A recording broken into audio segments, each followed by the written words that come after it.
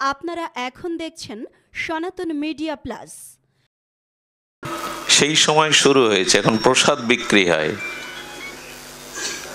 যদি বলেন ৫,০০০ মানুষ আসলে খেতে দেবো, তা চলবে কি করে? প্রসাদ পেট ভরে খাওয়ার জিনিস না তো, প্রসাদ কিঞ্চিত মাত্র পেলেই তাতে যথেষ্ট। এমন বলা নেই যে বসিয়ে উদর পরিপূরণ করে খাওয়াও। উনি কি বলছেন? ব্রাহ্মণেরা অর্থের বিনিময়ে বেদ শিক্ষা দিচ্ছে।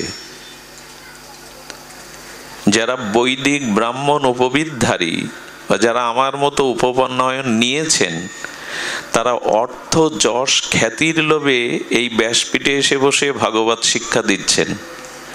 তাদের উদ্দেশ্য ভগবানকে প্রসন্ন করা বা জগৎজীবের আত্মজ্ঞান, আত্মকল্যাণ দান না। এর বিনিময়ে অর্থ পাবো, ধন পাবো, যশ পাবো, খ্যাতি পাবো, যদি এই আশায় কেউ এই ব্যাসপীঠে বসে মানুষকে শাস্ত্র জ্ঞান দেয়, তবে তার সেই জ্ঞান ক্রিয়াশীল হবে না। এই জন্য ধান্যের তুষের মতো এখন সব অসার হয়ে যাচ্ছে। এত কথা, এত যজ্ঞ মানুষের জীবন পরিবর্তন, স্বভাব পরিবর্তনে খুব বেশি কাজে আসছে না। এর কারণ হলো, আমি যদি অর্থের লোভে, যশ খ্যাতি প্রতিষ্ঠার লোভে এই আসনে আপনাদের শাস্ত্র জ্ঞান দিতে ব্রাহ্মণ হয়ে বসে যাই, এই জ্ঞান আপনাদের কাজে লাগবে না।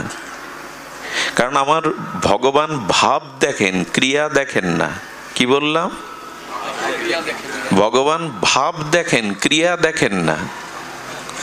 কেউ ঘরে দৌড় দিয়ে ঠাকুরের সামনে বসে ধ্যানে বসেছে, অথচ মনে মনে বিষয় চিন্তা করছে, ভগবান বলছে ও কপট।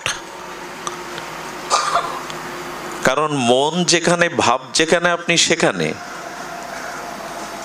এই জন্য ভগবান দেখছেন আমার উদ্দেশ্য কি, আমার ভাবটা কি। আমি কত বড় পণ্ডিত, কত বড় বক্তা, কত বড় ব্রাহ্মণ বেদজ্ঞ, ভগবান বাইরের এই পরিচয় দেখেন না, দেখছেন আমার ভাব কি। আমার ভাবে মহত্তত্ত্ব আছে তো, স্বার্থশূন্য ভাব আছে তো। এই ভাগবত প্রচার ভগবানের সন্তুষ্টির জন্য, জীবের আত্মকল্যাণের জন্য নিবেদন হয়েছে তো, না নিজের যশ খ্যাতি অর্থ রোজগারের জন্য এই আসনে বসেছি? এই ভাবটুকু, ভাবগ্রাহী ভগবান দেখেন। তো আজ সবকিছু তুষাবৎ, তুষের মতো অসার হয়ে যাচ্ছে, সব কিছু এলোমেলো হয়ে গেছে। আর এখানে যে কথা বলেছে উচ্চারণ করা ঠিক নয়। মায়েদের প্রতি সম্মান রেখে বলছেন যে মেয়েদের ভিতরে শরীর প্রদর্শনের একটি ভাব প্রকট হয়েছে, যার দ্বারা মডেলিং বা অর্থ রোজগার। মাতৃজাতি কখনো মডেলিং দ্বারা, বিজ্ঞাপন দ্বারা, নিজের শরীর প্রচারের দ্বারা অর্থ রোজগার যখনই করবে, জানবেন পৃথিবীর দুর্দশা তখনই নেমে আসবে। মায়েরা হলো আদ্যাশক্তি দেবী ভগবতীর অংশ, মায়েরা রাধারানীর অংশ। তারা যখন শরীর এবং নিজের যৌবন রূপকে প্রদর্শন করে অর্থ রোজগার করবে, জানবেন কলি তখনই। চারিদিকে এই দুর্দশাটাই প্রকাশ হচ্ছে। এত নেতিবাচক কথা বলতে আসিনি আমি, তা ভালোও লাগে না, কিন্তু বলছি কেন? অন্ধকারেই আলোর প্রয়োজন, আলোতে আলোর প্রয়োজন নাই। চারিদিকে এখন অন্ধকার। এই অন্ধকারে আমরা এখন আলো খুঁজবো। এর থেকে কি করে আমাদের নিষ্কৃতি আমরা পেতে পারি?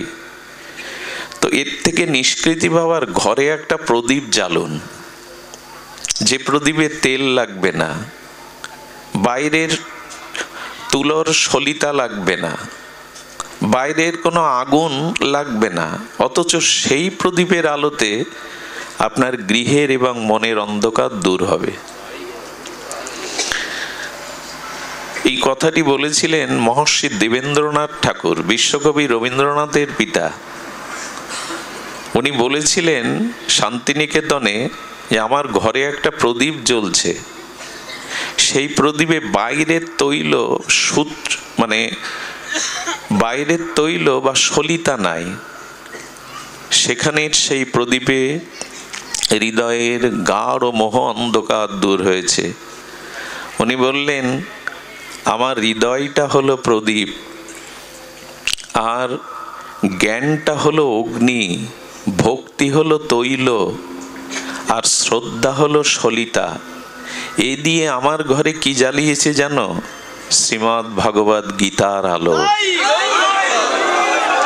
এই শ্রীমদ্ ভগবদ গীতা, এই আলোতেই আমি আলোকিত হয়েছি। মহাত্মা গান্ধী, আজকে গীতা জয়ন্তী, এই জন্য শ্রীমদ্ ভগবদ গীতার কিছু প্রসঙ্গ স্বাভাবিকভাবে আসবে। মহাত্মা গান্ধী বলেছিলেন, আমার ব্যক্তি জীবনে, সংসার জীবনে, রাষ্ট্র জীবনে আমি যখনই কোনো অন্ধকারে নিমজ্জিত হয়েছি, সিদ্ধান্তহীনতায় ভুগেছি, গীতায় আমাকে সর্বোচ্চ শ্রেষ্ঠ সমাধান দিয়েছেন। মনুষ্য জীবনে পৃথিবীর এমন কোনো সংকট সমস্যা নেই যার সদুত্তর ভগবান গীতাতে দেননি। শ্রীমদ্ ভগবদ গীতা হলো সার্বভৌম শাস্ত্র। সার্বভৌম শব্দের অর্থ হলো যিনি সমস্ত পৃথিবীর ভূমিকে অধিকার করে আছেন, পৃথিবীর সমস্ত ভূমিকে যিনি মঙ্গলময়, কল্যাণময় চেতনা দান করতে সমর্থ। এই জন্য গীতা সারা বিশ্বব্যাপী সার্বভৌম শাস্ত্র রূপে পরিণত। একটি জিনিস লক্ষ্য করবেন, পৃথিবীর অন্যান্য ধর্মের মধ্যে বলা আছে তাদের যে ধর্মগ্রন্থ, সেই ধর্মগ্রন্থ কোনো ভায়া রূপে পৃথিবীতে আসছে। স্বয়ং স্রষ্টা বা ঈশ্বর স্বয়ং মাটিতে দাঁড়িয়ে সেই শাস্ত্র বলেননি। খুব ধ্যান দিয়ে শুনুন।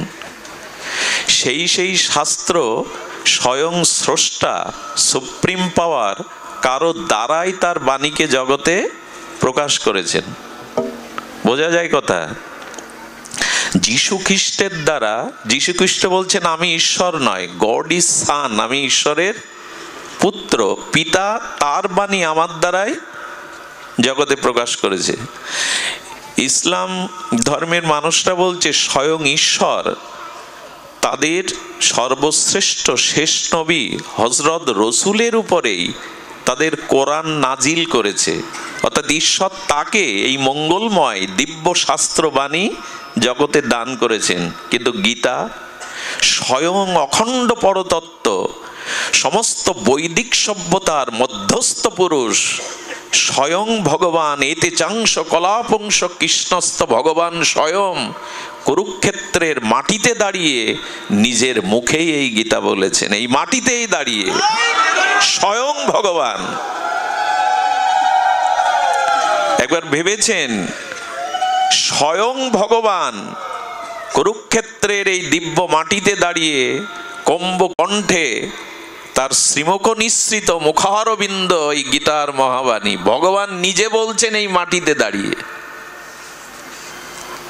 এই জন্য গীতা সার্বভৌম শাস্ত্র। পৃথিবীতে 136টি ভাষায় গীতা অনুদ্রিত হয়ে বিশ্বকে আলো দেখাচ্ছে। কিন্তু অদ্ভুত জিনিস হলো, কোরআনের পিছনে, বাইবেলের পেছনে যত প্রচারের জন্য অর্থ ব্যয় করা হয়, গীতার জন্য অর্থ তত ব্যয় করা হয় না। তবু গীতায় সমহিমায় সমস্ত পৃথিবীতে পৌঁছে গেছে। বাংলাদেশে কোনো সোসাইটি আছে যে নিজের অর্থ ব্যয় করে গীতা ছাপিয়ে বিলি করে? খুব বেশি নাই, থাকলে খুব সামান্য। কিন্তু গীতা সারা বিশ্বব্যাপী প্রকাশ হচ্ছেন। গীতা এক দিব্য আলোক। সেই গীতা জয়ন্তী আজ কটা হিন্দু আমরা জানি যে আজকের দিনে এই গীতার দিব্য বাণী ভগবান পৃথিবীতে প্রকাশ করেছিলেন। এবং এই মহাতিথিকে জেনে কজন আমরা আজকে গীতাটাকে একটি অধ্যায়, 10টি শ্লোক, 5টি শ্লোক পাঠ করেছি, গীতাকে একটু আরতি করেছি, গীতাকে একটু ফুল তুলসী দিয়েছি, গীতাকে বরণ করেছি। আমি যদি হাত তুলতে বলি আপনারা লজ্জা পাবেন।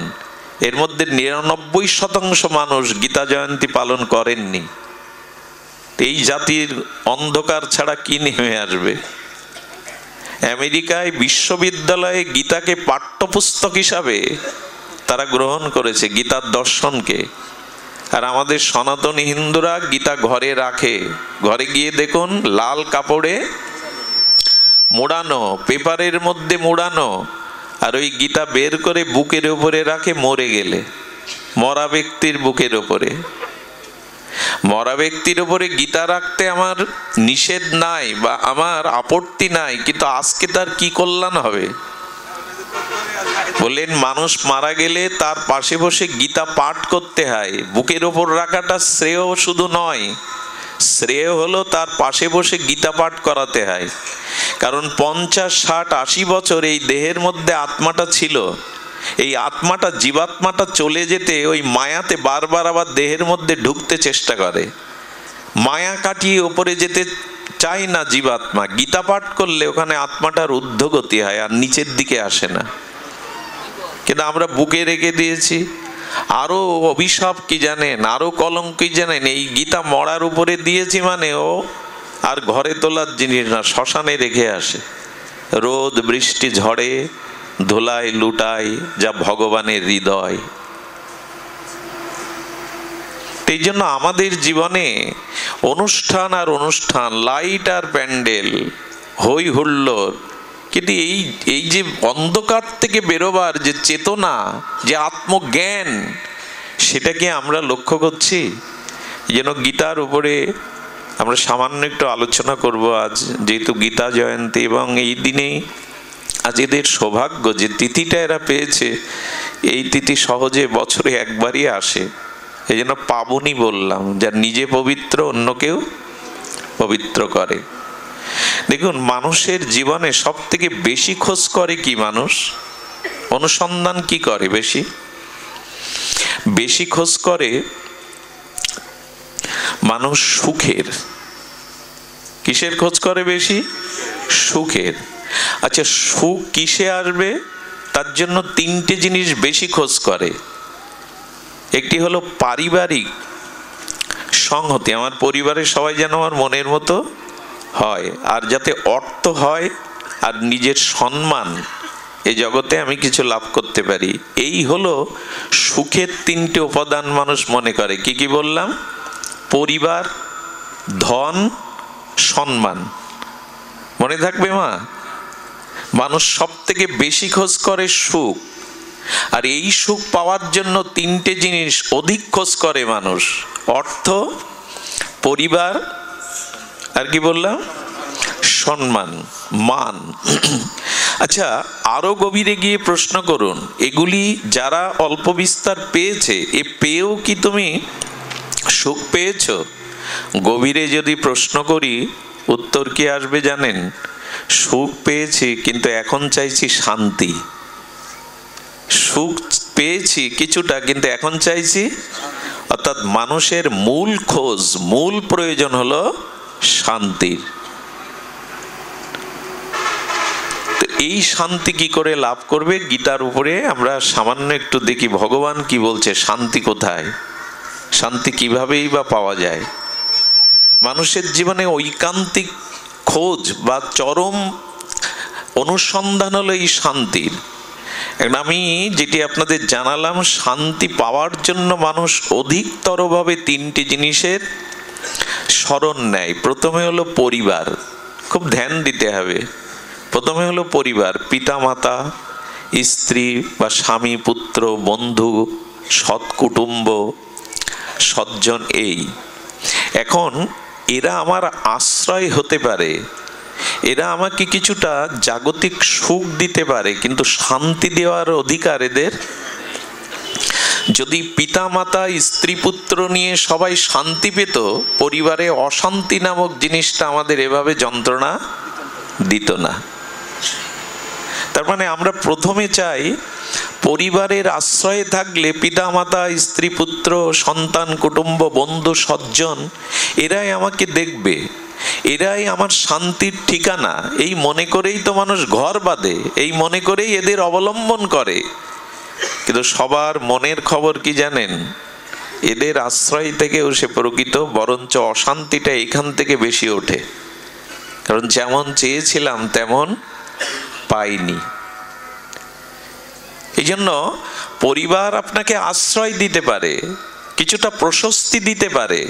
সারাদিন কর্মের পরে বাড়ি এলে কিছুটা আশ্রয় হয়, কিছুটা প্রশস্তি হয়। কিন্তু পরিবারে শান্তি পেলে পরিবারগুলোর এই দুর্দশা হতো না। ভবমহা দাবাগ্নি, সব সংসারের কোথাও না কোথাও আগুন জ্বলছে। এই আগুন বাইরে দেখা যায় না, ভেতরে ঢুকলে বুঝতে পারবেন আগুন জ্বলছে। দ্বিতীয় থাকলো অর্থ, পরিবার। দ্বিতীয় অর্থ। অর্থশালী ব্যক্তিদের পাশে যাওয়ার সৌভাগ্য হয়েছে। আমি অতি ক্ষুদ্র তবু মন্ত্রী থেকে শুরু করে অনেক শিল্পপতি থেকে শুরু করে গিয়েছি, কিন্তু দেখলাম ধনই যে একমাত্র সুখের বা শান্তির কারণ সেটা ঠিক নয়।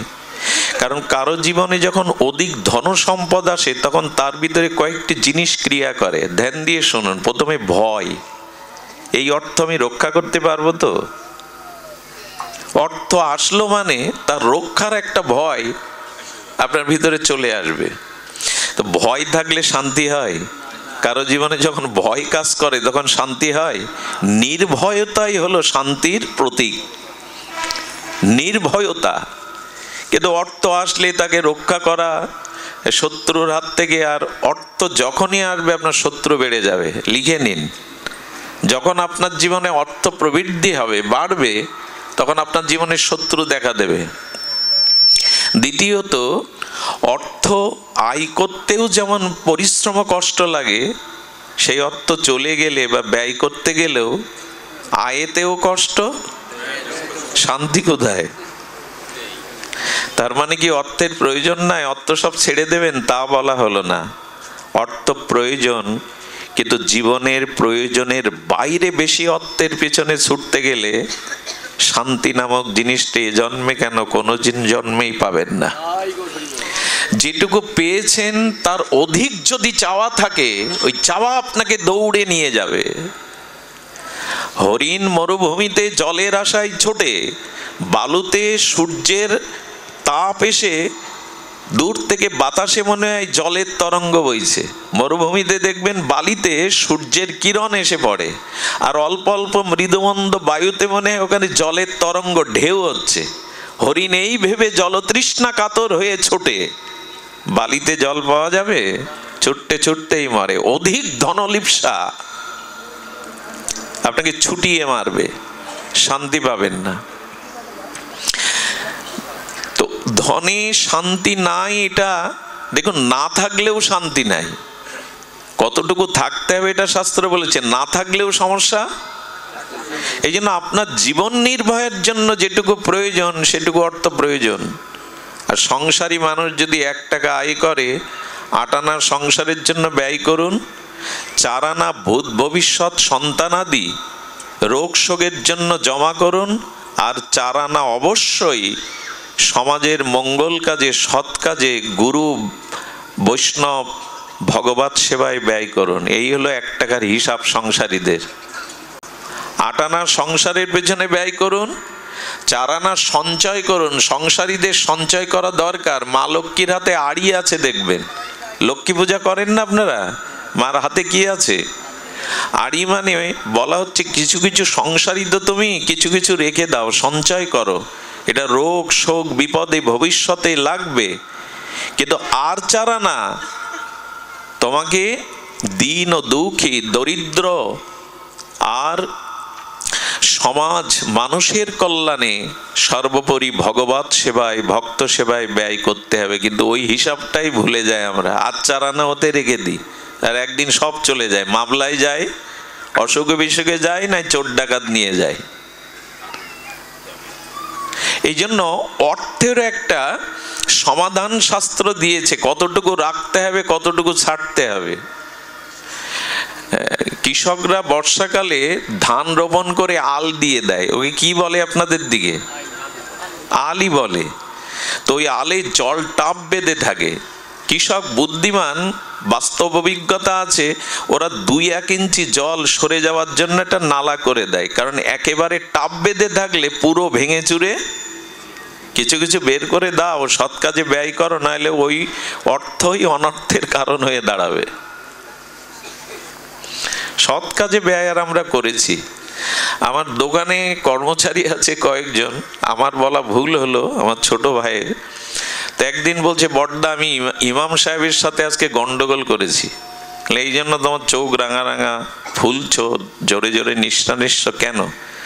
বলি দেখুন মাওলানা আমার কাছে মসজিদের জন্য চাঁদা নেই না, আমি লোকের দোকানে কর্মচারী বলেও অভাব বলে আমার কাছে সে শরিক করেনি, মসজিদের শব্দটা শরিক করেনি, ও তাই গন্ডগোল করেছে। আমি দরিদ্র হতে পারি, লোকের ঘরের কর্মচারী হতে পারি, মসজিদের শরিক কেন করলেন না ভাই?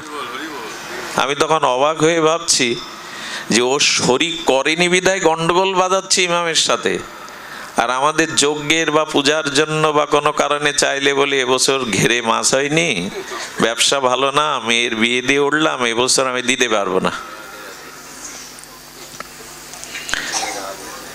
পৃথিবীর ইতিহাস খোঁজ করে দেখুন, সনাতন ধর্মের মানুষের থেকে দাতা বা দান পৃথিবীর ইতিহাসে এমন নাই।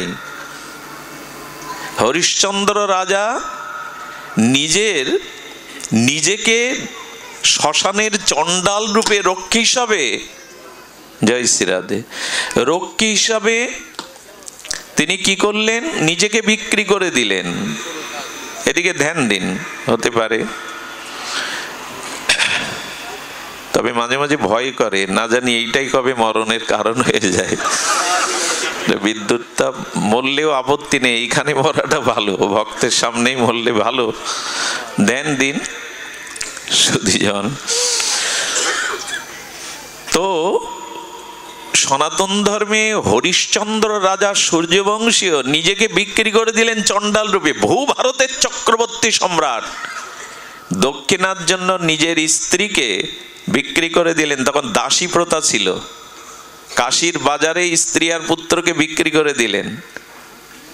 শিবা ছিলেন, রাজা শিবা, সেই শিবার কাছে একদিন একটা কবুতর এসে পড়েছে কোলে, উনি ধ্যান করছেন, আর ওই কবুতরকে ধরার জন্য একটা বড় চিল এসছে, বলে ওকে আপনার কোল থেকে নামিয়ে দিন, আমার আহার। ও মুখের দিকে তাকিয়ে বলছেন আমি আপনার চরণে পড়েছি, আমাকে আশ্রয় দিন। শিবা তখন বলছেন আশ্রয় দাদাকে তোমার মুখে তুলে দিতে পারি না। বলেন একই সাথে দুটো বিচার করছেন আপনি, ভুল বিচার। ও আমার আহার না পেলে আমি মারা যাব, একজনকে বাঁচাতে গিয়ে আর একজনকে মৃত্যুর মুখে ঠেলে দেওয়া কর্তব্য নয়। উনি ধর্ম সংকটে পড়ে গেলেন। বলেন আমি কি করতে পারি? বললেন আমার গায়ের মাংস সমপরিমাণ যদি আমি কেটে দেই। বলে রাজি আছি। কেটে দিতে দিতে দিতে দিতে পুরো দেহটা কেটে ফেললেন, তবু মাংসের ওজনের সমান হলো না। তখন বুঝলেন আমার উপর পরীক্ষার জন্য ধর্ম এসেছে আমার কাছে। উনি প্রকট হয়ে বললেন দেখছিলাম তোমার দানের মনোভাব।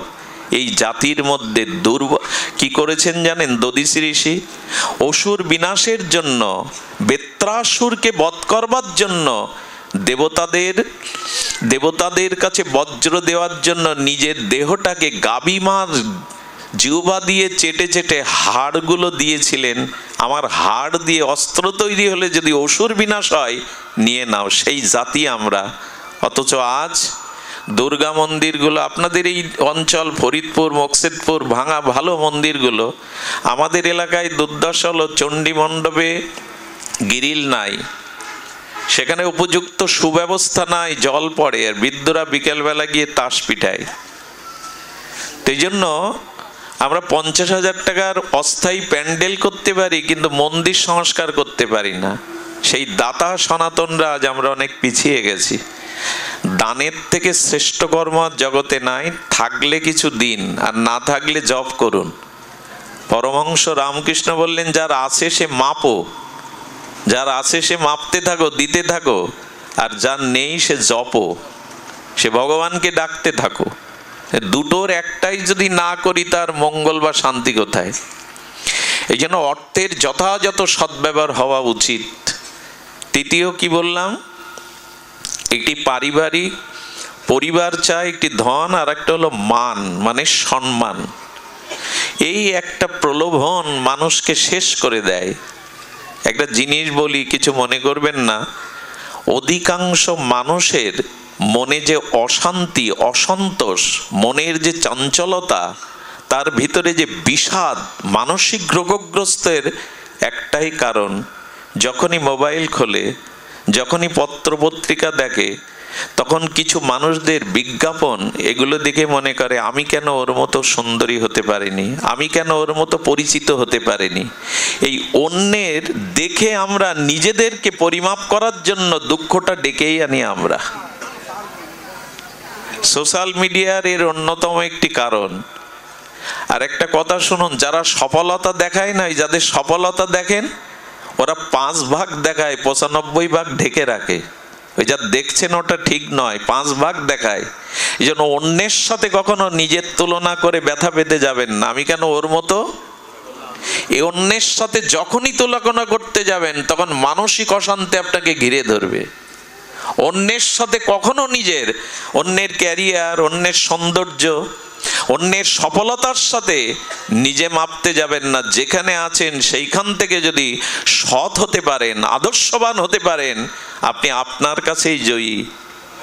এই জন্য অন্যকে অনুকরণ করে আজকাল কি হয়েছে দেখুন, এই যে কিশোর ছেলে মেয়ে বা যুবক যুবতীরা পথ হারাচ্ছে কেন? আজকে পেপারে দেখছিলাম কিশোর গ্যাংয়ের যে দৌরাত্ম্য, তারা সব কিছু হচ্ছে। এর কারণ কি? এরা যখনই এই অন্যের অনুকরণ করতে যাচ্ছে, সুপারম্যান হতে যাচ্ছে, ইচ্ছা করে যা কিছু করে ফেলবো, আমাদের গায়ে শক্তি আছে, প্রভাব আছে, এগুলো দেখতে দেখতে অনুকরণ প্রিয় হতে হতে তারা পথ হারাচ্ছে। এই জন্য নিজেকে কখনো অন্যের সাথে অনুকরণ বা তুলনা করতে যাবেন না। আপনি আপনার মতো, সে তার মতো। বরঞ্চ ঋষি মুনি তাদের আদর্শ দেখে এগিয়ে যান। কারোর সাথে নিজের যখনই আপনি তুলনা করতে যাবেন তখন পিছিয়ে পড়বেন। যদি বলেন মঙ্গলজি ভাগবত পাঠ করতে সেসব বলছো কেন?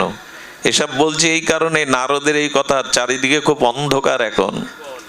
খুব বড় বড় কথা বলে ভেসে গেলে পার পাওয়া যাবে না। আমাদের মূল জিনিসটাই শান্তিরই তো খোঁজ করি আমরা।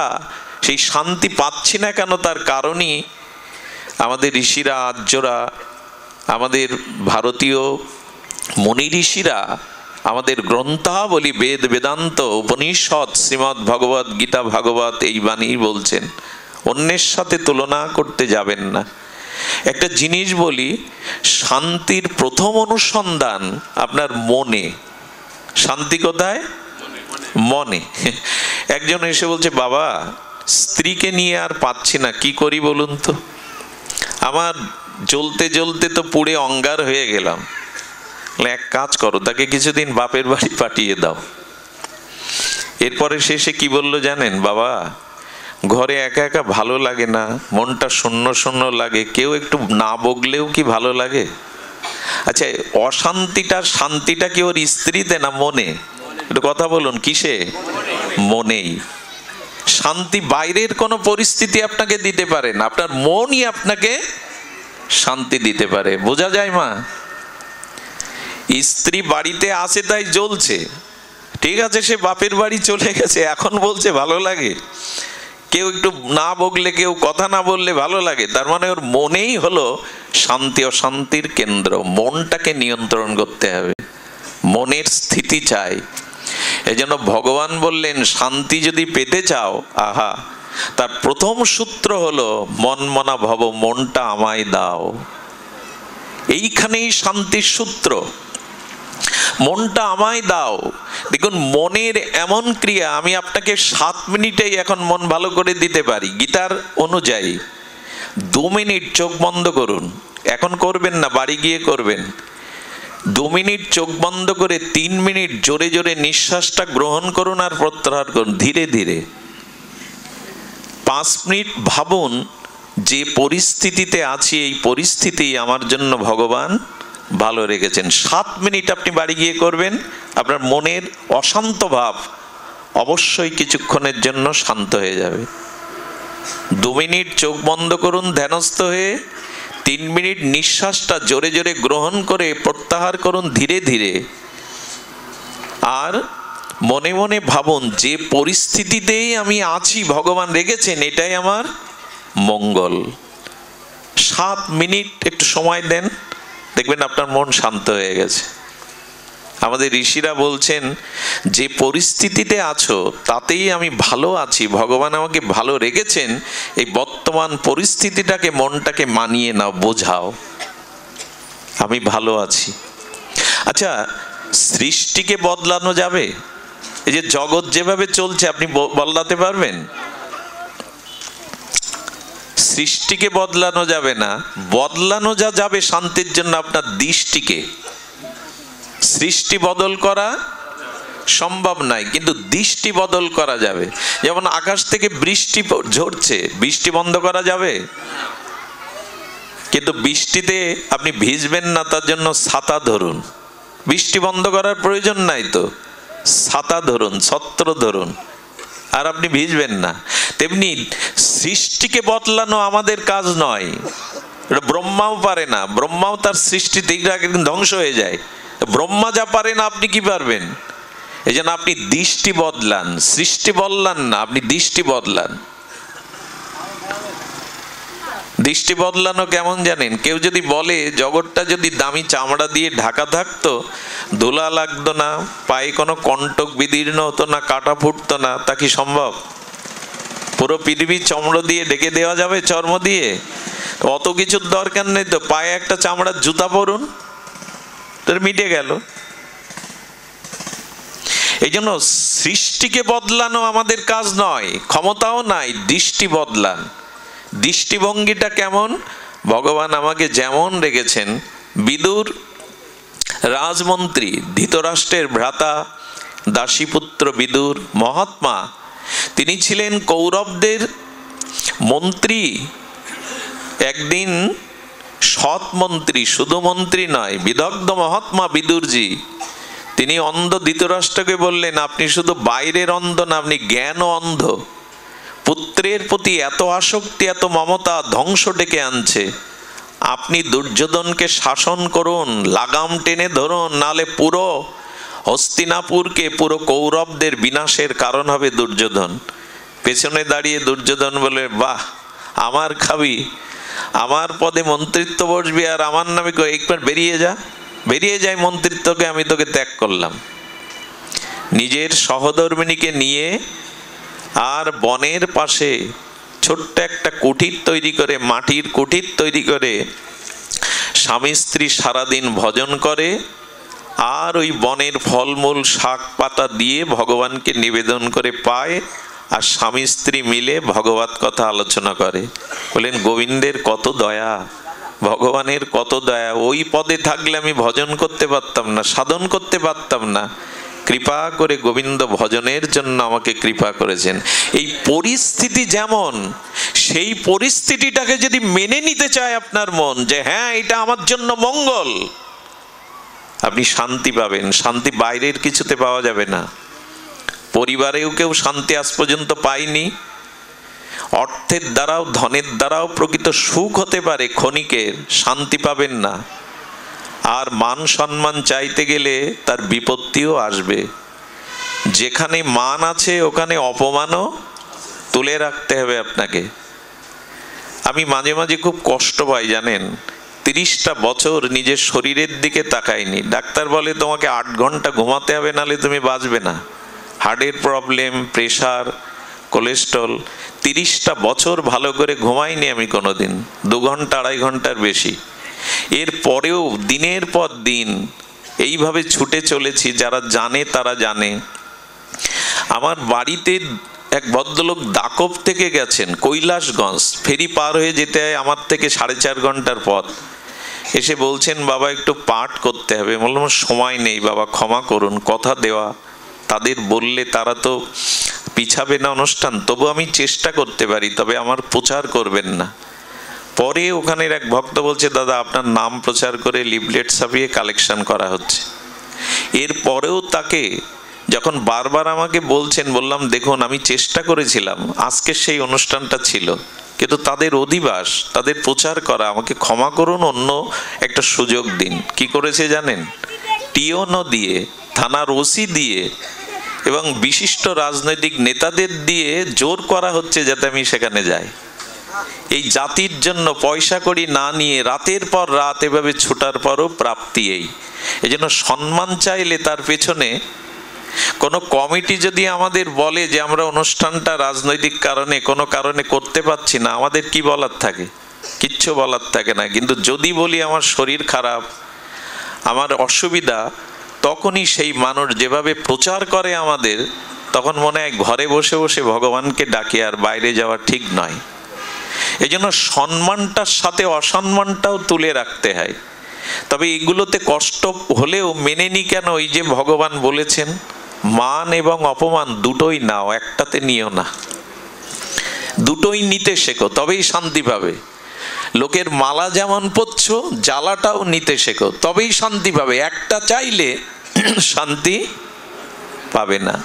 মাঝে মাঝে কলঙ্কটাও ভালো, জানেন, বদনাম কলঙ্ক এটাও ভালো।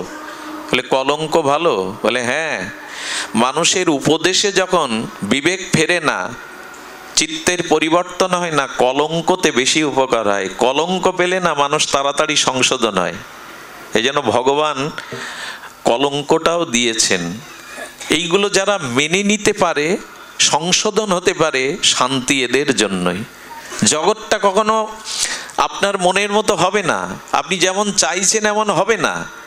এই জন্য গীতায় বলেছেন, কে আমার প্রকৃত ভক্ত? অতীব প্রিয় ভক্তকে শীতোষ্ণ সুখ দুঃখেষু সমসঙ্গ বিবর্জিত, মান ও অপমানয় সমসঙ্গ বিবর্জিত। গোবিন্দ বললেন মান এবং অপমান, শীত এবং গ্রীষ্ম, সম্মান এবং অপমান, দুঃখ এবং সুখকে যারা একইভাবে গ্রহণ করতে শিখেছে, তারাই আমার অতীব প্রিয়। একবারও বললেন না এই সম্প্রদায়ের ভক্ত আমার প্রিয়, বৈষ্ণবরাই আমার প্রিয়। একবারও বললেন না যার গায়ে লাল কাপড় আছে সে আমার প্রিয়। একবারও বললেন না যার মালা তিলক আছে সে আমার প্রিয়। বললেন মান অপমান, শীত গ্রীষ্ম, যিনি সুখ দুঃখকে আমার কৃপা অনুগ্রহ মনে করে দুটোই গ্রহণ করতে শেখেন, তিনি আমার অতীব প্রিয়। যশ যশ মে প্রিয়, সে আমার প্রিয়। কই নিলাম আমরা? একবার তুকারামের স্ত্রী ভগবত বিরোধী, তুকারামকে উঠতে বসতে গালি দেয়। তো সংসারে কাজ করে না, রাম রাম করে, সাধুসঙ্গ করে। স্ত্রী রাম বিমুখ, উঠতে বসতে গালি। একদিন বসে বসে সাধু সঙ্গ করছে, রাম কথা গুণগান করছে, স্ত্রী এটো জল সেই সাধুদের আর ওর স্বামীর মাথার উপরে ওই কাঠের দোতলা থেকে ছুঁড়ে ফেলেছে, এটো জল। সাধুরা বলছে বাবা জল পড়লো। তোকারাম তো সবই জানেন, বলে বাবা আকাশে মেঘ করেছিল, একটু বিদ্যুৎ গর্জন করেছিল, এক পশলা বৃষ্টি হয়ে গেছে, এইভাবে মেনে নাও। আচ্ছা একে কে দুঃখ দেবে? ও বলছে আকাশে মেঘ করেছিল, একটু মেঘ গর্জন করেছিল, দুপশলা বৃষ্টি হয়ে গেছে। এই যদি ভাবে তো ওর স্ত্রী কি দুঃখ দেবে? একদিন তোকারামকে ডেকে এক সাধু বলছে বাবা আপনি এমন, আপনার স্ত্রী এমন, কষ্ট হয় না? বলে আমার প্রতি রামের কৃপা আছে, ওই স্ত্রী যদি আমার মনের মতো হতো, আমার আসক্তি আমার ভালোবাসা সব আমি ওকে দিয়ে বসতাম। রাম চেয়েছে ওর প্রতি না, ওই ভালোবাসা যেটা পাওনি ওটা এবার আমায় দাও, এটাই তো আমার কল্যাণ করেছে। এইভাবে ভাবলে আপনার স্ত্রী মনের মতো না, এই দুঃখ কে দেবে আপনাকে? এই জন্য যে পরিস্থিতিতে আছি সেটা ভগবানের কৃপা মনে করে যদি মেনে নিতে পারি, আপনি দিন নেবেন রাত নেবেন না হয়। আচ্ছা আজ পর্যন্ত কাউকে বলতে শুনেছেন রাত এলো কেন? একথা কেউ প্রশ্ন করেছেন কারো কাছে, রাত তুমি আসবে কেন? করেছেন কেউ আজ পর্যন্ত প্রশ্ন? কারণ আপনি জানেন এটা স্বাভাবিক, দিনের পরে। আচ্ছা পূর্ণিমার পরে অমাবস্যা আসবে কেন, এই প্রশ্ন তোলেন না? কারণ এটা জগতের স্বাভাবিক ক্রিয়া, এগুলো আমাদের মেনে নিতে হবে। তেমনি সুখ দুঃখটা, মান অপমানটা স্বাভাবিক, এটা ভগবানের এই জগতের নিয়ম মনে করে মেনে নিন। আরে ব্রহ্মা বলছেন, বসুমাতা গিয়ে জানাচ্ছে পাপের ভার বেড়ে গেছে প্রভু, আমি আর পাপ সহ্য করতে পারছি না। ধরিত্রী মা বলছেন গাভী রূপ গিয়ে, ব্রহ্মাজি আপনি সৃষ্টিকর্তা, আপনি একটা উপায় করুন, এত পাপ, এত অত্যাচার, এত অন্যায়, আমি ধরিত্রী, আমি পাপের বোঝা আর বইতে পারছি না। এত পাহাড় পর্বত বইছি কিন্তু পাপ এত ভারী আমি বইতে পাইছি না। ব্রহ্মা কি বলেছিলেন জানেন? আমি গবেষণা করে কি করব, সমাধান আমার কাছে, চলো ক্ষীরোদ সাগরের তীরে গিয়ে ভগবানকেই আমরা আরাধনা করি। আরে ব্রহ্মা যদি কিছু না করতে পারেন তা আপনি আমি কি করব? সৃষ্টিতে কি হচ্ছে, কোথায় হচ্ছে, এ ভাবনা ব্রহ্মা ভেবে কিছু করতে পারছেন না, ভগবানকে ডাকছেন। আপনি আমি কি করব? ভগবানকেই ডাকুন, তার শরণাপন্ন হন। তমেব শরণাঙ্গশ্চ সর্বভাবেন ভারত, তৎপ্রসাদাৎ পরং শান্তি স্থানাং প্রাপস্যি সশতম। এই হলো শান্তির উপায়। দেখুন, টাকা দিয়ে খাট কিনা যায়, ক হাজার টাকা, লাখ টাকার, ঘুম কিনতে পারবেন না আপনি। টাকা দিয়ে আপনি সুখের সম্ভার কিনতে পারবেন, শান্তি কিনতে পারবেন না। টাকা দিয়ে রূপোর খাট করুন, ঘুম কিনতে পারবেন, কিন্তু খাট কিসের জন্য? ঘুমই যদি না হয়, তার উপর খাট সোনার খাটে শুয়ে কি করবেন? শান্তি চাই। আর সেই শান্তি একমাত্রই দেখুন ভগবান বলে চলেছেন, মত চিত্ত মনটা আমায় দাও। দেখুন, এখানে যারা এসছি অনেকেই ঘুমাচ্ছেন, ঝিমাচ্ছেন, অলসতা প্রকাশ করছেন, কিন্তু যারা মনটা হরিকথার দিকে দিয়েছেন, আমি বিশ্বাস করি এখন অন্তত কিঞ্চিত সংসারের থেকে বেশি শান্তি পাচ্ছেন আপনি। কারণ মন যদি স্থিতি হয়, মন যদি কোনো সদ্ভাবনায় ভাবিত হয়, মন যদি ভগবানের নাম রূপ লীলাতে মনের আবেশ আনতে পারেন, তখনই আপনি প্রকৃত শান্তির সন্ধান পাবেন। এর আগে শান্তি কোথাও নাই। সারা পৃথিবী এই শান্তির খোঁজ করছে। শান্তি একমাত্র ভগবত ভজনে, ভগবত চরণে, স্মরণে। মনের স্থিতি আর কোথাও হবে না। দেখুন, মন যেটা চাইছে ওটা যতক্ষণ না পাবে ততক্ষণ শান্তি, যা চাইছি তা যতক্ষণ না প্রাপ্ত হচ্ছে শান্তি পাওয়া যাবে? তো মন চাই কি? মন চাই ভগবানকে, মন চাই ভগবানের প্রেমকে, ভক্তিকে, কিন্তু আমরা ওখানে দিচ্ছি। আচ্ছা, গাড়ি আর ড্রাইভারের দুটো খাদ্য আলাদা আলাদা না এক?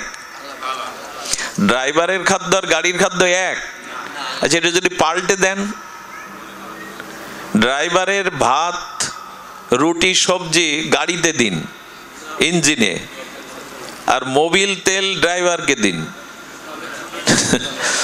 বাঁচবে? কেউ বাঁচবে? দুটোই বিকল হয়ে যাবে। তা আত্মা চাইছে কি? মন চাইছে কি? মন চাইছে ভগবানের স্মরণ। আপনি যতক্ষণ ওটা তাকে না দেবেন, ড্রাইভারকে তেল মোবিল খাওয়ালে কি হবে? তা আত্মা চাইছে, মন চাইছে ভগবানের ভজন, ওটা তাকে না দেওয়া পর্যন্ত শান্তি সব ওলট পালট হয়ে যাবে। 2-1 ঘন্টা বসি কি ঠাকুরের সামনে? পেপার পড়ি প্রতিদিন, গীতা পড়ি তো একটা শ্লোক প্রতিদিন। চা 3 বেলা 4টে লাগে, 5টা লাগে। হ্যাঁ, চৈত্র মাসে বৈশাখের খরা রৌদ্র বলি লেবু চা, লেবু চা, মাথা যন্ত্রণা করে। চা তো খান, চরণামৃত পান কখনো? শান্তি চাইলে পাওয়া যাবে? ছেলের হাতের মোয়া যে কেড়ে নিলাম, চরণামৃত পায় না, প্রতিদিন চা পায়। পেপার পড়তে হবে প্রতিদিন, পড়ুন, আপত্তি নাই। গীতা পড়েন তো?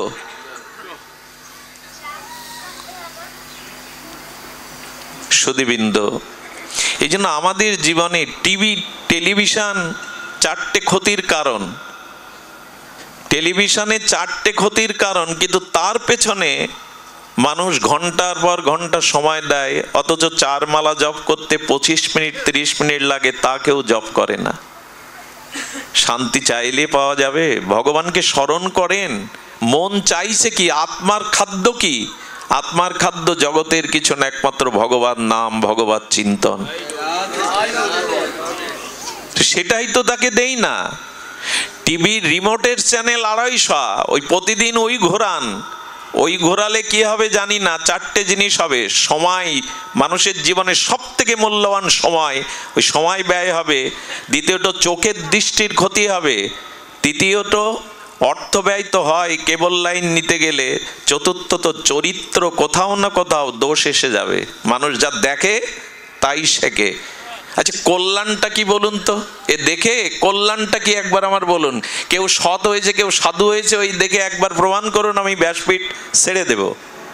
তো ওটা দেখুন, সারাদিন কাজের পরে সংবাদ দেখুন, আপনি সিরিয়াল দেখুন, ক্ষতি নেই।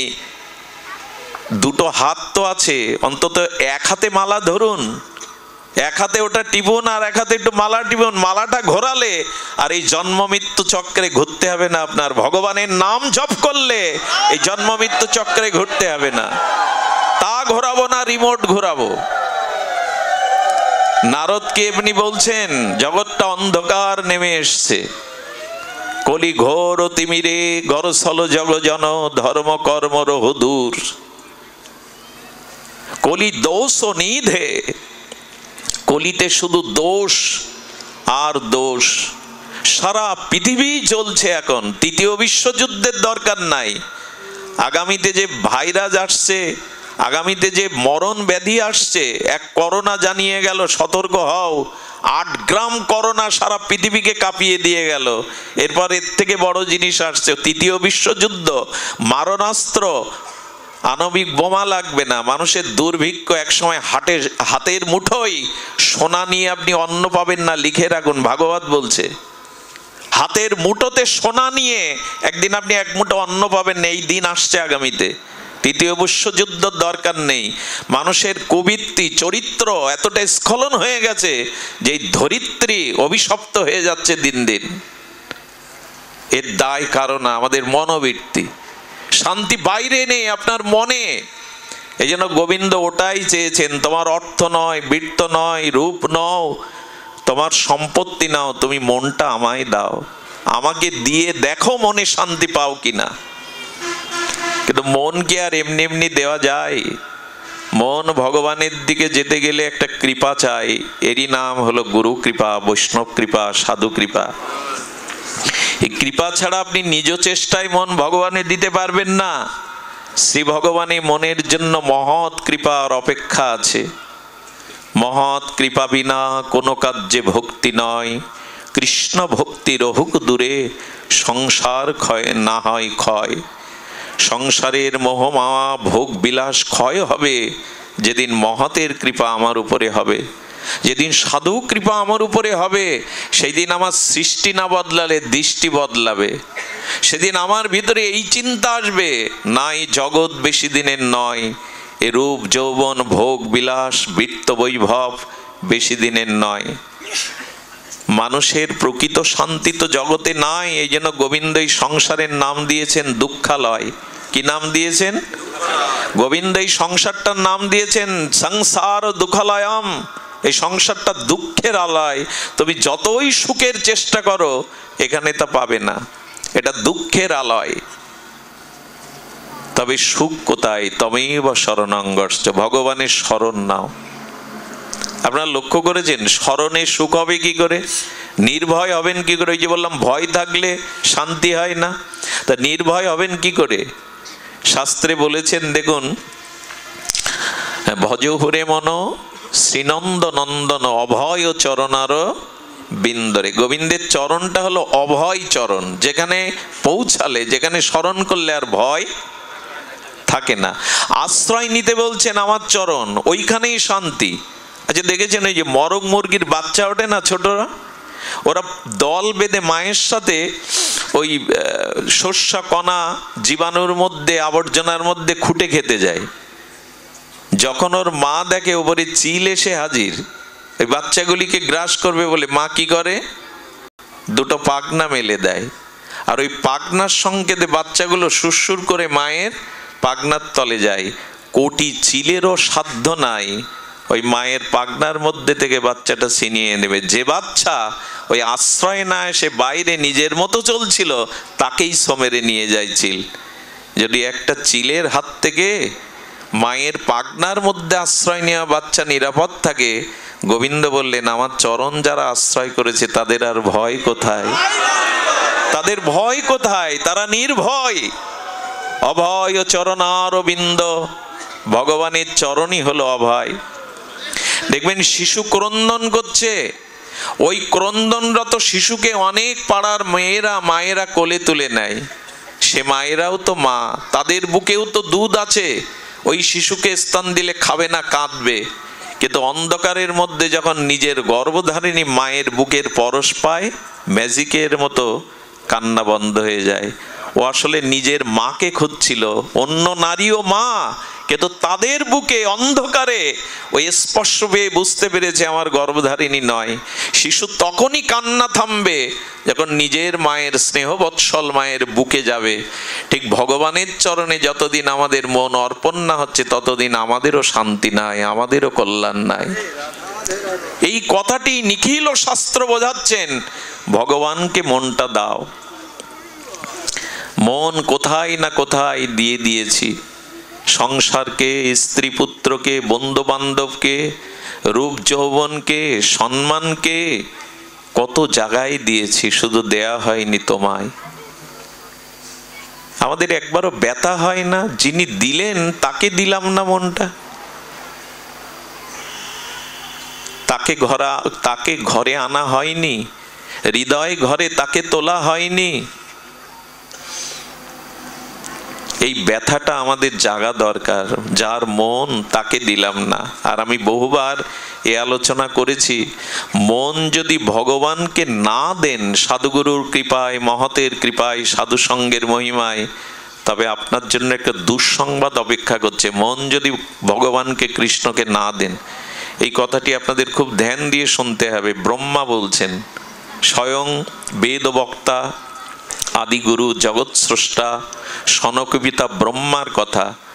এ কথা যে কত কোটিবার আলোচনা করেছি, কতবার আস্বাদন করেছি, তবু পিপাসা মেটে না। পিপাসা শান্তি নয়, বাড়ে নিরন্তর। ব্রহ্মা বলছেন, তাবদ গ্রেদাস্তেনা কারা গৃহম গৃহম তাবন মোহনী গড় যাবৎ কৃষ্ণ নতে জনা। আহা, ব্রহ্মা বলছেন তাবদ্রস্তেনা কারা গৃহম গৃহম তাবংন মোহনী গড় যাবৎ কৃষ্ণ নতে জনা। আহা, ব্রহ্মস্তুতির এক বিশেষ এই শ্লোকটি। বলেন, যতক্ষণ জীব তার মন তোমার চরণে অর্পণ না করবে, যাবৎ কৃষ্ণ নতে জনা, যতদিন জীব তোমার চরণে তার মনটাকে অর্পণ না করবে, যদি না করি, ব্রহ্মা বলছেন তাবদ গ্রেদাহেস্তে না কারা গৃহম গিরম। ব্রহ্মা বলছেন, গোবিন্দ, মন যদি তোমাতে অর্পণ না করে তবে তার গৃহ হবে কারাগার। ব্রহ্মা বাক্য, তার সংসার হবে কারাগার।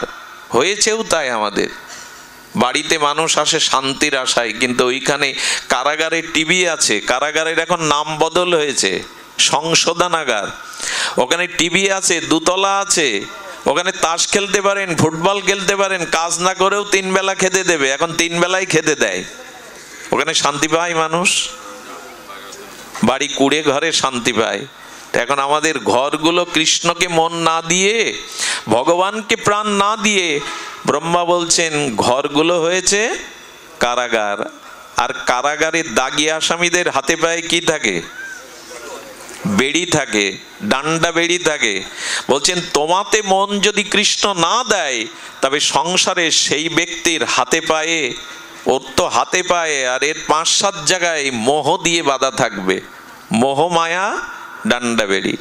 যদি বলেন তা তো দেখি না, দেখতে পাই না, তো কালকে সিদ্ধান্ত নিন যে আগামী সপ্তাহে বৃন্দাবন যাবেন, তখন দেখবেন ডান্ডা বেড়ি কতটা পড়ে। স্ত্রী বলবে, আমাকে এই অবস্থায় ফেলে তোমার একা যাওয়া হবে না।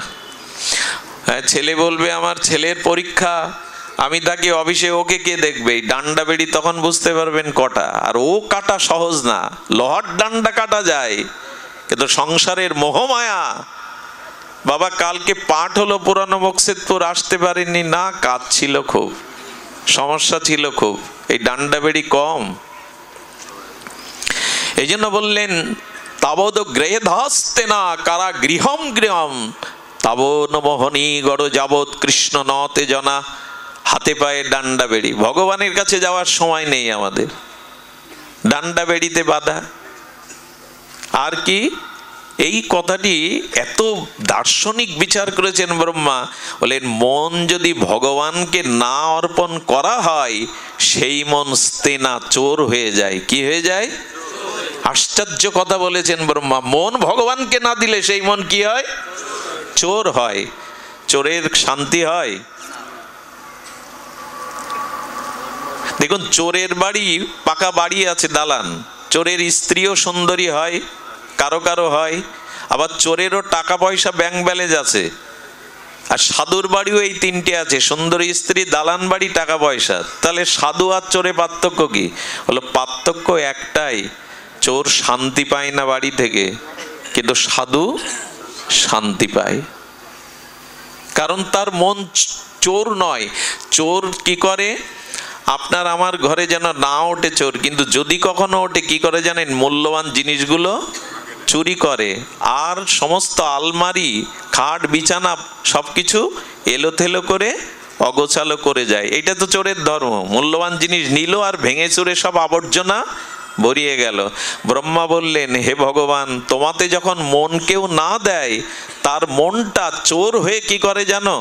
হৃদয়ের মধ্যে যত সদ্গুণ ছিল, ক্ষমা, দয়া, করুণা, এইগুলো হরণ করে নেয়, নিয়ে ওখানে হিংসা, বিদ্বেষ, এই অবগুণগুলো, আবর্জনাগুলো ঢুকিয়ে দেয়। কি অপূর্ব শ্লোক! যাবৎ কৃষ্ণ ন তেজনা, যতদিন জীব তোমাতে মন না দেবে, সংসার হবে কারাগার, হাতে পায়ে উঠবে মোহর শৃঙ্খল, আর তার মন চোর হয়ে যাবে। সদ্গুণগুলো মন থেকে চুরি করে অসদ্গুণগুলো ওখানে প্রবেশ করিয়ে যাবে। এখন উপায় বলি, সমস্যার মাঝে মাঝে উপায়ও বলছি, একটু সংকেতে শুনে নিন। গোবিন্দ সেটিই বলছেন, তমেব শরণাঙ্গস্য সর্বভাবেন ভারত, আমার কৃপাতেই শান্তি পাবে, তৎপ্রসাদাৎ পরাং শান্তে স্থানাং প্রাপস্যি সশতম। অপূর্ব! ভগবান বলছেন, ইহকালে শুধু শান্তি না, মৃত্যুর পরেও তোমাকে নরক যন্ত্রণা, কর্মফল ভোগ করতে হবে না। আমি পরকালেই আমার নিত্য 700 গোলক বৃন্দাবনে তোমাকে নিয়ে যাব।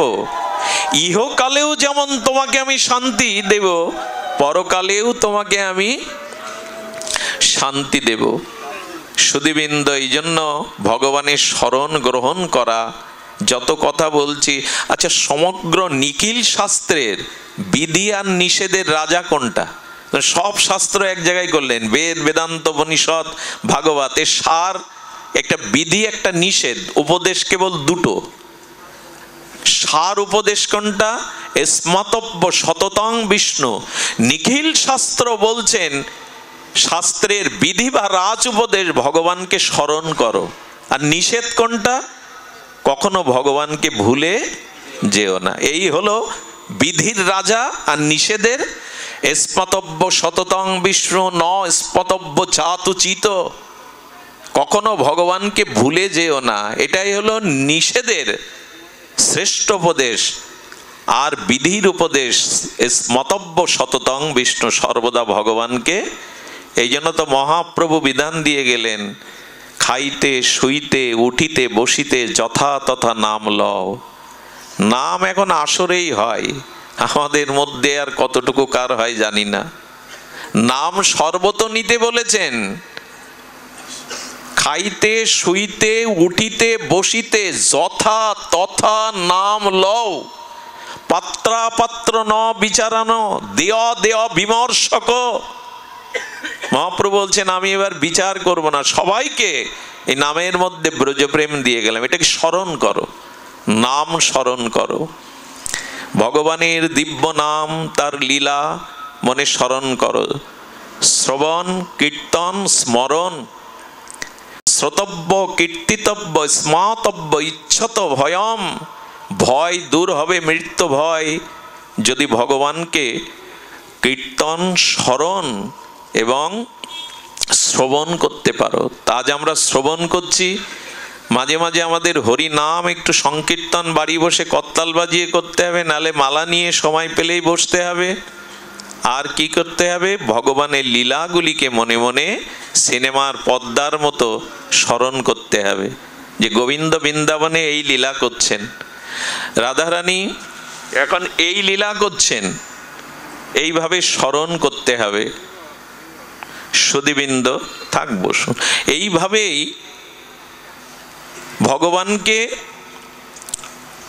শ্রবণ, কীর্তন, স্মরণ, এই তিনটি সাধনের শ্রেষ্ঠ অঙ্গ। তার মধ্যে অগ্র শ্রেষ্ঠ শ্রবণ। হরিকথা শ্রবণ, সাধুমুখে ভগবানের কথা শ্রবণের দ্বারাই আমাদের ভক্তির সূচনা হবে, ভগবানের চরণে স্মরণের আকুতি জন্মাবে। এটা কেমন জানেন? নষ্ট তো হয়েছে আমার এই মন। ওই যে বললাম চুরি করে নিয়ে গেছে সদ্গুণগুলো, অসৎগুণগুলো ঢুকিয়ে দিয়ে গেছে।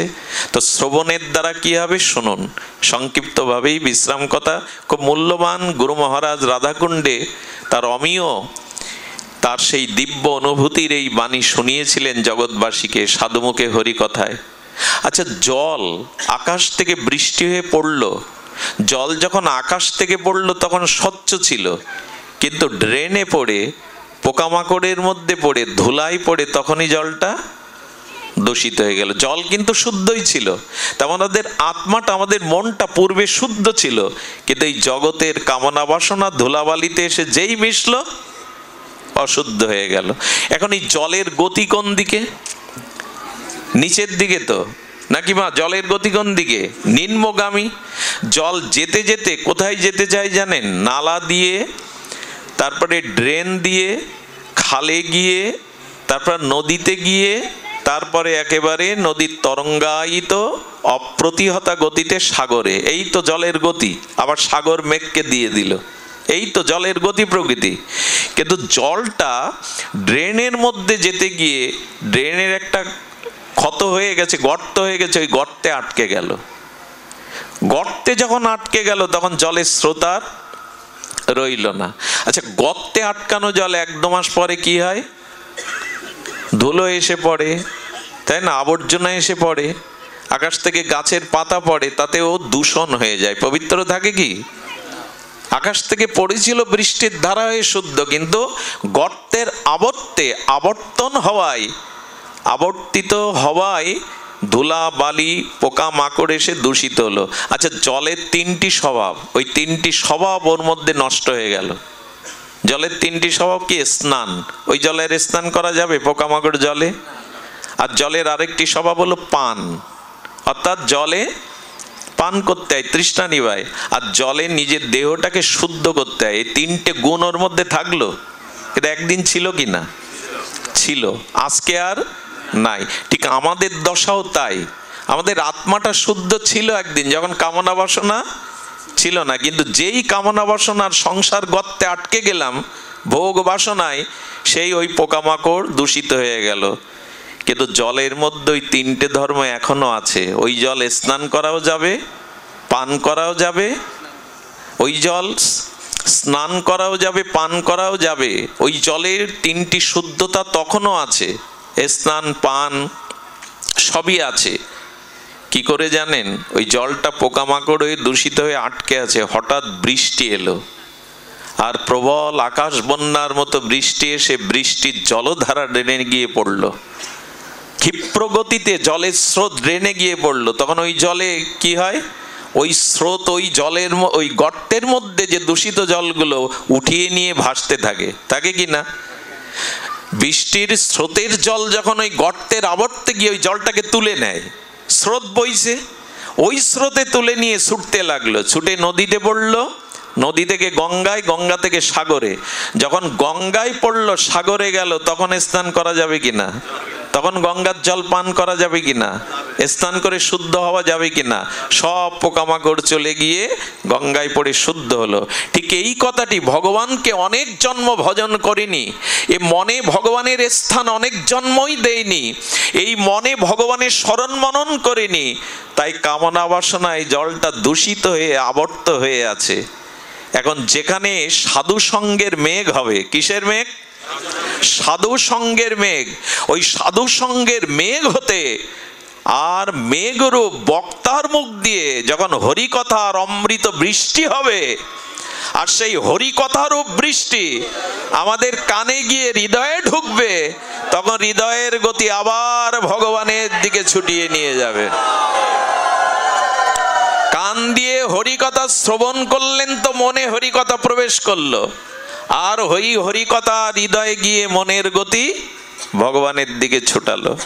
এখন যেমন আপনাদের মনের গতি ভগবানের দিকে শ্রবণ করতে হবে, সাধুমুখে হরিকথা শ্রবণ করতে হবে। এটাই চিত্ত শুদ্ধি করার একমাত্র উপায়। আমি খুব গর্ব করে বলতে পারি, এটা আমার দেখা, আমার জীবনে উপলব্ধি করা, রাধা কুণ্ডে নবদ্বীপে ভাগবত কথা যেখানে হয় সেখানের মতো পরিবেশ অন্য কোনো অনুষ্ঠানে আপনি পাবেন না। এরকম পরিবেশ আপনি চাইলেই গড়তে পারবেন না। কারণ হরিকথা শ্রবণী জীবের সংসার ক্ষয় আর ভগবানের ভক্তির উপচয়ের একমাত্র প্রধান কারণ। আপনি হরিকথা সাধুসঙ্গ ব্যতীত অন্য কোনো সাধনার দ্বারা ভগবত কৃপা লাভে সমর্থ হবেন না। এই জন্য আগে শ্রবণ। কোথায় যাবেন সে জিনিসটাকে জানবেন না, কোথায় আপনার গন্তব্য সেটা না জানলে পথে উঠুন আপনি। আচ্ছা, পথে কেউ চলছে, যদি জিজ্ঞাসা করেন কোথায় যাবেন তো জানি না, তাকে কি বলবেন? যদি বলে কোথায় যাব জানি না, কি বলবেন তাকে? ভবঘুরে বলবেন কি না? তো ভগবত একমাত্র জানিয়ে দেয় তোমার গন্তব্য কোথায়, তোমাকে কোথায় যেতে হবে। সেটা না জানলে পৌঁছাবেন কি করে? এই জন্য হরিকথা শ্রবণ করতে হবে। তবে ধন্য আপনারা, আমার এলাকার মানুষ বলে বিল্লমঙ্গল এইখানে বসবাস ছেড়ে ওই দিকে গিয়ে বাস করো। ওরা মনে হয় মোবাইলে দেখে যে এই যে ভাঙা, মকসেদপুর, টেকেরহাট এসব দেখে, দেখে বলে ওইখানে তোমার কথা শুনতে এত ভক্তরা আসে। ওরা আমাকে আমার স্বরূপ বুঝতে পারেনি, বুঝলে তাড়িয়ে দিত।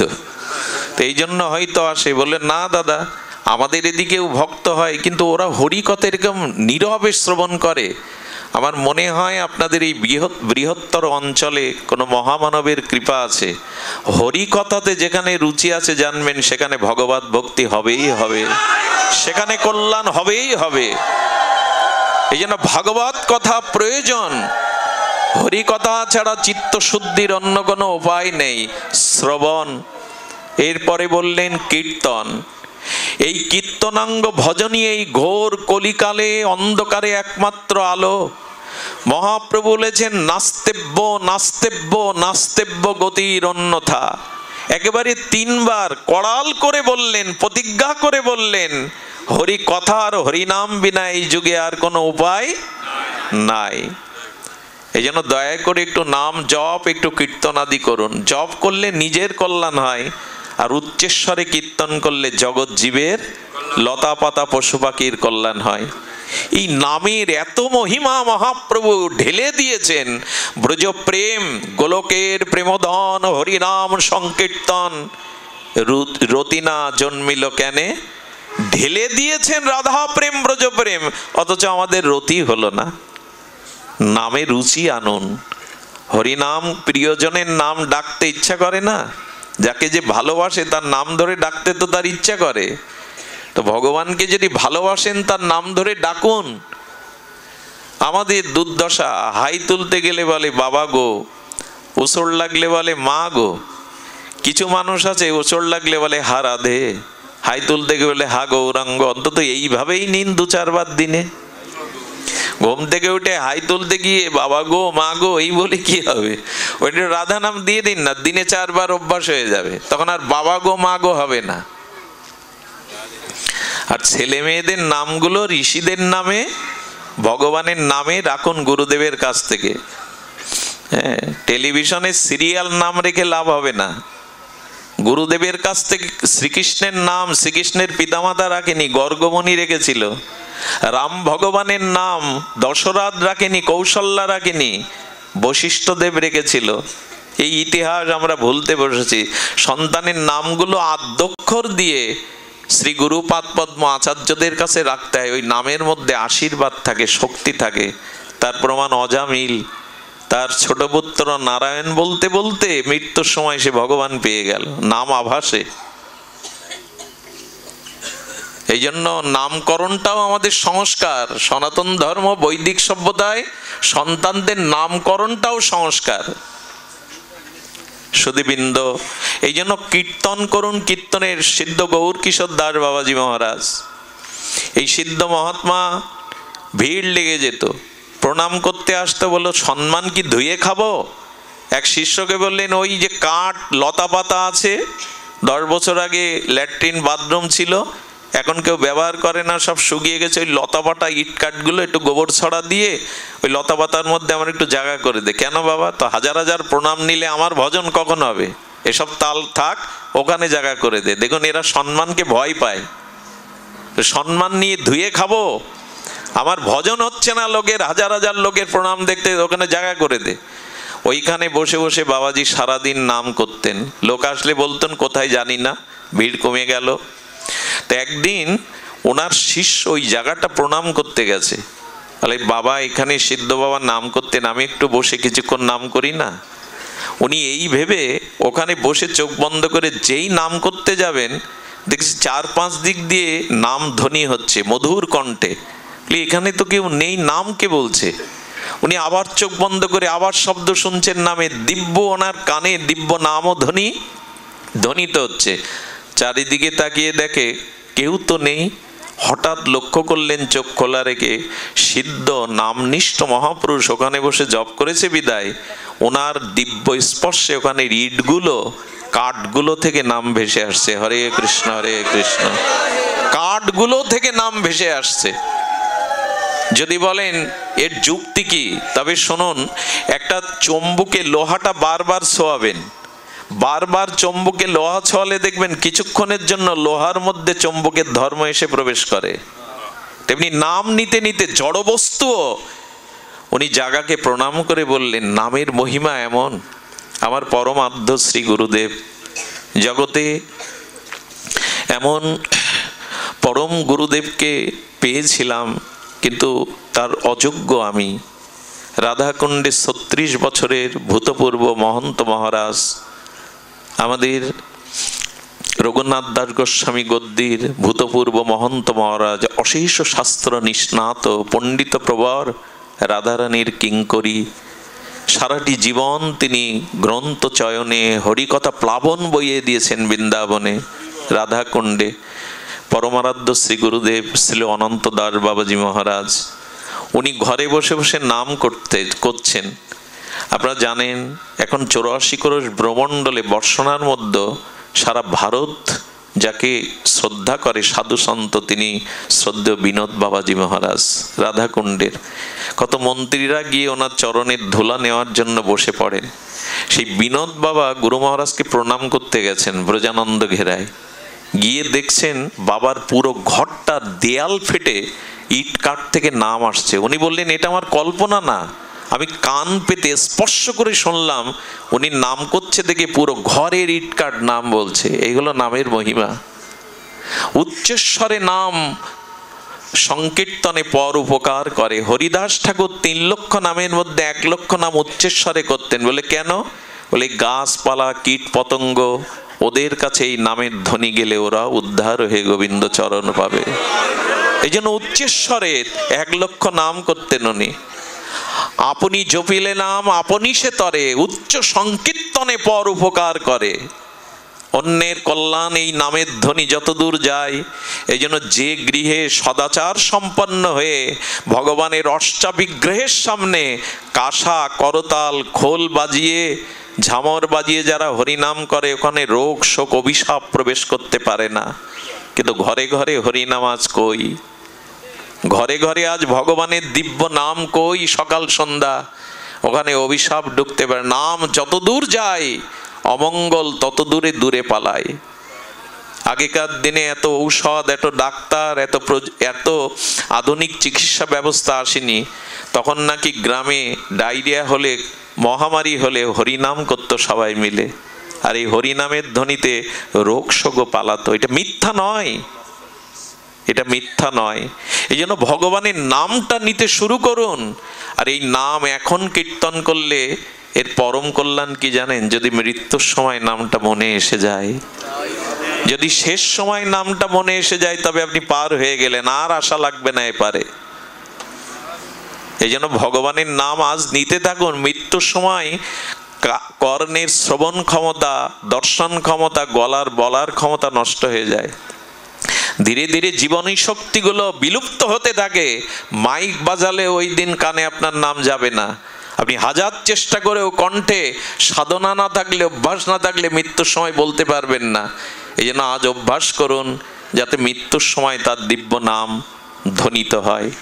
সুধীবৃন্দ, এই জন্য কীর্তনাঙ্গ এই ভজন মহাপ্রভু দিয়েছেন।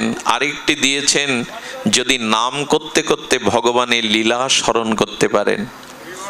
এই লীলা স্মরণই হলো স্মরণাঙ্গ সাধন, যেটা মহাপ্রভু দিয়ে গেছেন।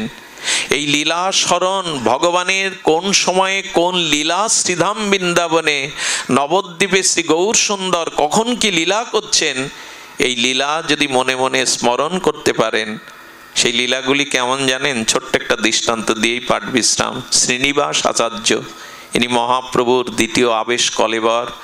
উনি একবার ধ্যানে বসেছেন ঘরে, খুব ধ্যান দিয়ে শুনুন, এটা আমার বিশ্রাম কথা, স্মরণটা কেমন।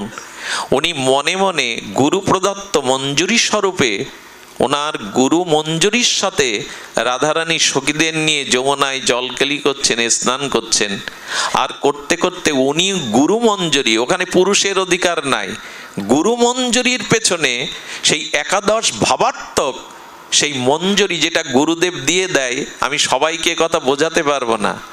এই যে তুলসী বন্দনায় গাই না আমরা, এই নিবেদন ধরো সখীর অনুগত করস, সখার না সখীর অনুগত, এই মনের অভিলাষ বিলাস কুঞ্জে, এই ভজন হলো সেই ভজন।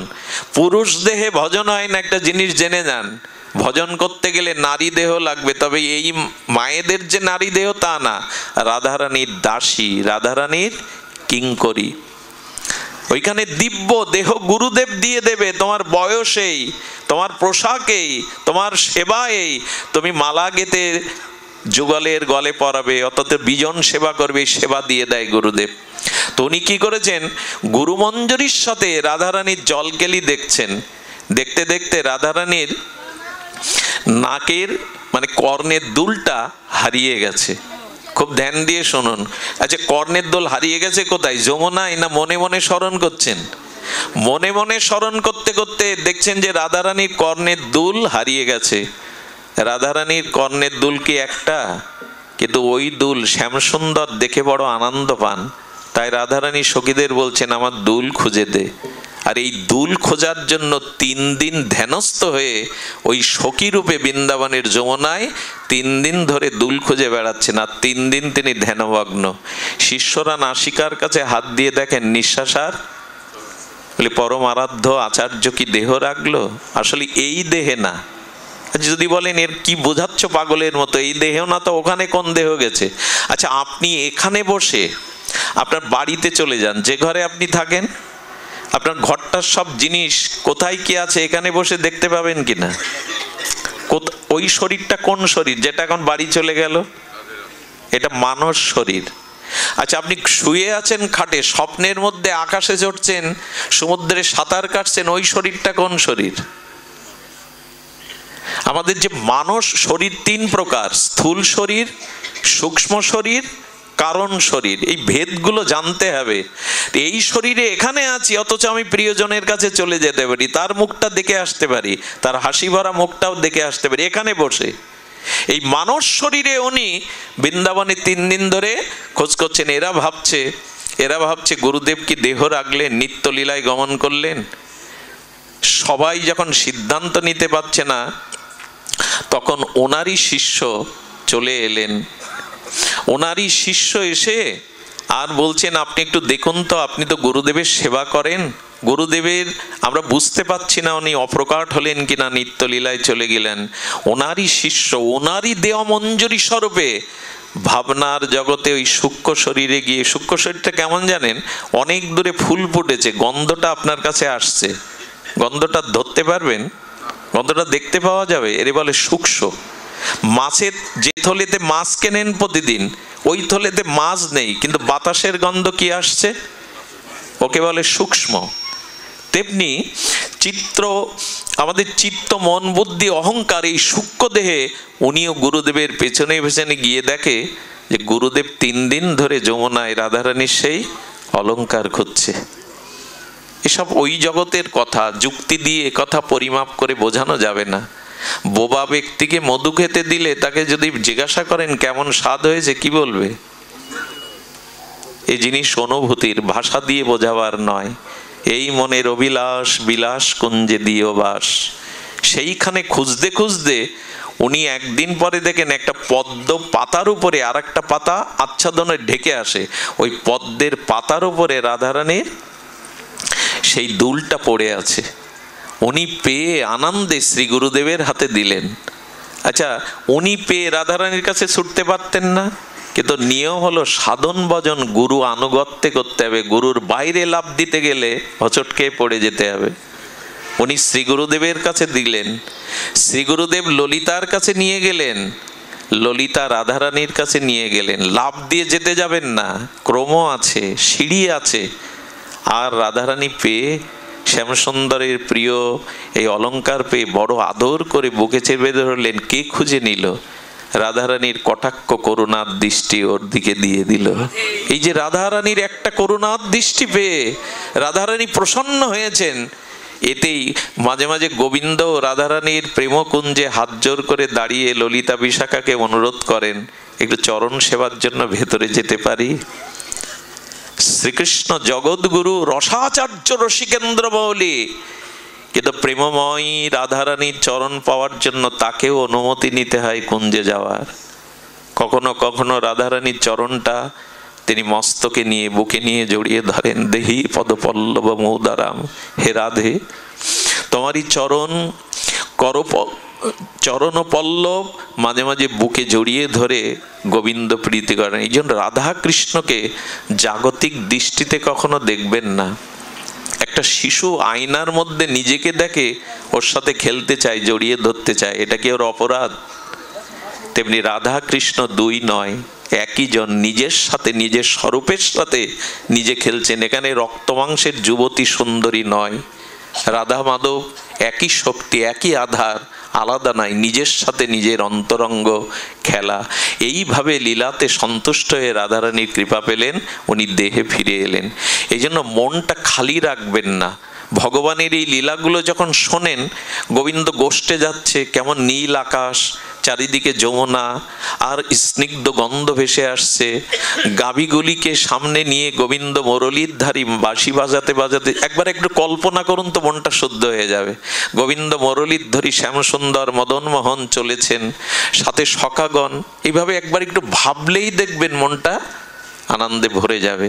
তাহলে শ্রবণ, কীর্তন, স্মরণ, এর দ্বারাই আমাদের চিত্ত, আমাদের মন ভগবানে অর্পিত হোক। আমি যদি কোনো কথা বলার ক্ষেত্রে আপনাদের হৃদয়ে ব্যথা পৌঁছায়, আমি করজোরে ক্ষমা চাইছি, ব্যথা নেবেন না। সকলে মিলে আশীর্বাদ করবেন। আজকের হরি কথা এখানেই বিশ্রাম। শ্রী গুরু প্রেমানন্দে গৌর হরি বল। জয় রাম। আগামী 28